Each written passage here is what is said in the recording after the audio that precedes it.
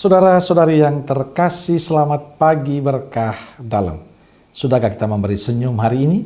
Selasa 13 September 2022. Peringatan Santo Yohanes Chrysostomus, Uskup dan Pujangga Gereja. Salam sukacita dan salam sehat untuk kita semua. Mari kita awali permenungan kita hari ini dengan tanda kemenangan Kristus. Dalam nama Bapa dan Putra dan Roh Kudus. Amin. Permenungan kita diambil dari Injil Lukas bab 7 ayat 11 sampai 17. Kemudian Yesus pergi ke suatu kota yang bernama Nain. Murid-muridnya pergi bersama-sama dengan dia, dan juga orang banyak menyertainya berbondong-bondong. Setelah ia dekat pintu gerbang kota, ada orang mati diusung keluar.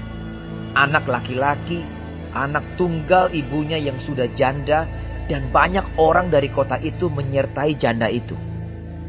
Dan ketika Tuhan melihat janda itu, tergeraklah hatinya oleh belas kasihan, lalu ia berkata kepadanya, "Jangan menangis."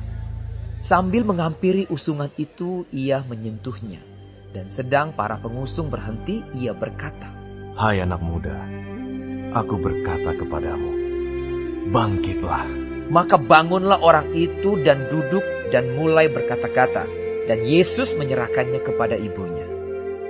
Semua orang itu ketakutan dan mereka memuliakan Allah sambil berkata, "Seorang nabi besar telah muncul di tengah-tengah kita, dan Allah telah melawat umatnya." Maka tersiarlah kabar tentang Yesus di seluruh Yudea dan di seluruh daerah sekitarnya. Saudaraku yang terkasih, bacaan Injil hari ini bercerita tentang Yesus pergi ke sebuah kota bernama Nain. Saat memasuki pintu gerbang kota itu, ia berjumpa dengan banyak orang yang mengusung orang mati keluar kota. Seorang anak laki-laki tunggal, seorang ibu yang sudah janda.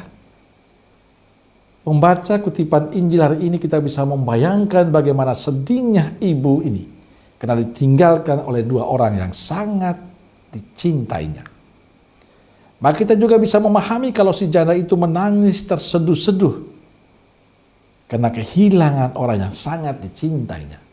Melihat si janda itu, tergeraklah hati Yesus oleh belas kasihan.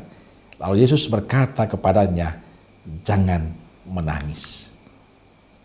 Saudaraku terkasih, ungkapan "jangan menangis" menandaskan Yesus punya kuasa, mempunyai otoritas untuk menyembuhkan, untuk menghidupkan. Maka Injil mengatakan Yesus meminta para pengusung berhenti.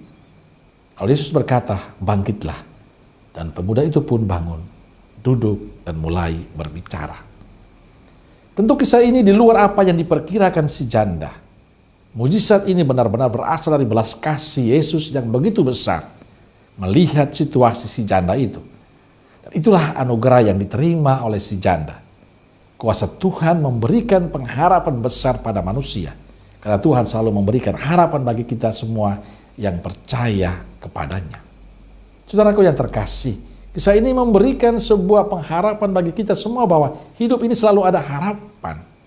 Dalam situasi apapun itu, termasuk sepahit apapun kita, entah dalam keadaan sakit, kehilangan orang yang kita cintai, kesulitan dalam hidup, penderitaan, jangan pernah putus asa.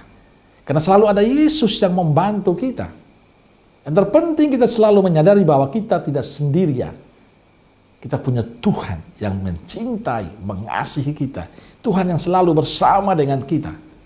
Maka yang paling penting adalah selalu percaya bahwa Ia akan selalu membantu dan menolong kita. Maka saudaraku yang terkasih, mari kita persembahkan hidup kita, perjuangan kita, persoalan kita, sakitnya kita, pengalaman apapun kepada Tuhan. Karena kita tahu Dia akan selalu membantu dan menolong kita. Amin.